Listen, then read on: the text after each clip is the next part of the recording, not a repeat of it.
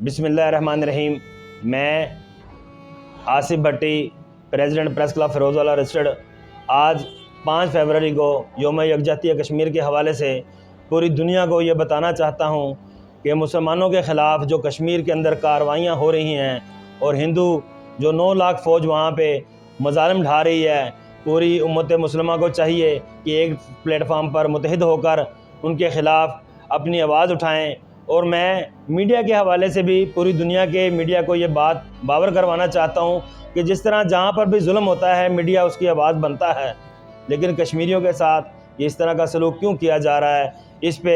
تمام میڈیا کو بھی سوچنا چاہیے اور پوری امت مسلمہ کو اور پوری دنیا کو اقوام متحدہ کی قراردادوں کے مطابق کشمیریوں کو حق خود ارادیت دینا چاہیے اور ان کے لیے جو بھی کام ہوں ان کو ان کے گھروں میں جو قید کیا ہوا ہے ان کو آزادی دلائی جائے۔ میں 39 چینل کا بہت مشکور ہوں کہ وہ تشریف لائے اور انہوں نے کشمیریوں کی آواز بن کر پوری دنیا کو کشمیریوں کی آواز پہنچائی۔ بہت شکریہ۔